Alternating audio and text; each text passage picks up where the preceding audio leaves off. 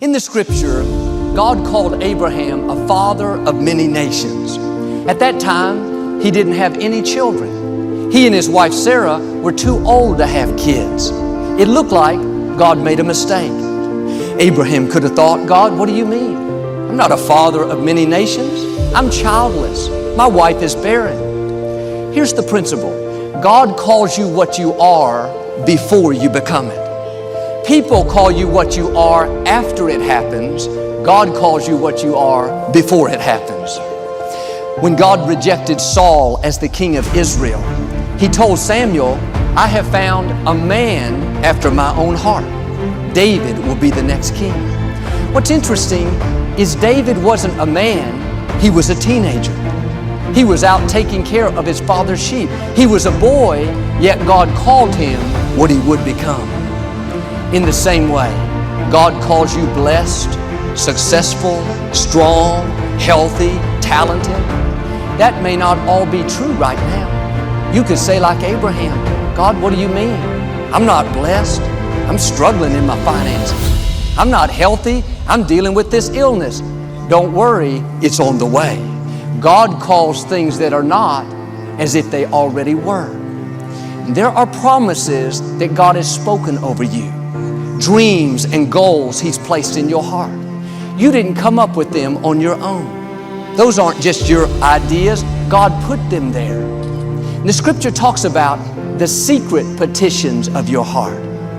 That means the things you're dreaming about.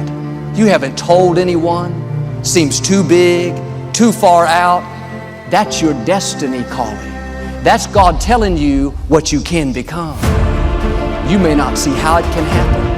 Every circumstance may say, you don't have the talent, you don't come from the right family, you tried last time, it didn't work out.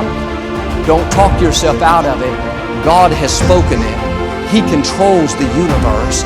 All He's looking for is someone who will agree with Him. Someone who will rise up in faith and say, yes, I can hear my destiny calling.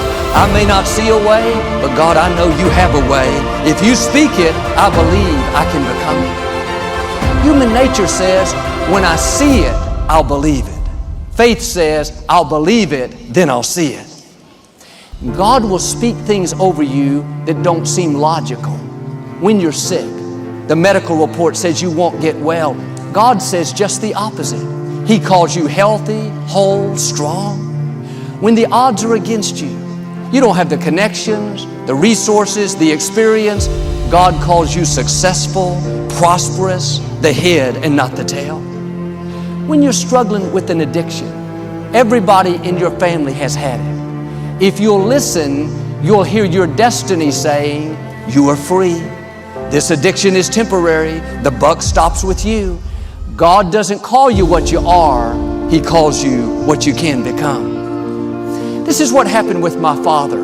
He was raised on a cotton farm. His family lost everything during the Great Depression. They were very poor, barely had enough food to survive. He went to school with holes in his pants, holes in his shoes. Eventually, he had to drop out of high school to help his parents on the farm. Didn't look like he had much of a future, limited education, poverty, defeated mindset. But at the age of 17, Daddy gave his life to Christ, the first one in his family. All of a sudden, he had a desire to become a minister. He knew that's what he was going to do with his life. Notice the principle. God called him a pastor before he ever had a church, before he had any credentials, before he had ever been to seminary. He could hear his destiny calling. He could have talked himself out of it, thought, me be a pastor, that's never going to work out. Instead, he let the seed take root. He believed what God had spoken over him. He started telling people, I'm a pastor, I'm a minister. They looked at him like he wasn't all there. Even his family told him, John, you're not a minister. You better stay here on the farm with us. All you know how to do is pick cotton. But people can't see what God sees in you. God sees your potential. He knows what you're capable of. He's the one that breathed life into you. Don't let people talk you out of it. Don't let family members convince you you don't have what it takes. They're calling you what you are. God is calling you what you can become. They can't hear what you hear. Don't expect people to cheer you on. Don't count on your friends to keep you encouraged. They may not be for you. They may think you're far out, try to talk you out of it. Don't worry, you don't have to have other people. When you hear your destiny calling, that's between you and God. Some things you have to go alone. You have to say, God, they may not be for me, but I know you are for me. You put this promise in my heart. I'm not going to be moved by who's not cheering me on.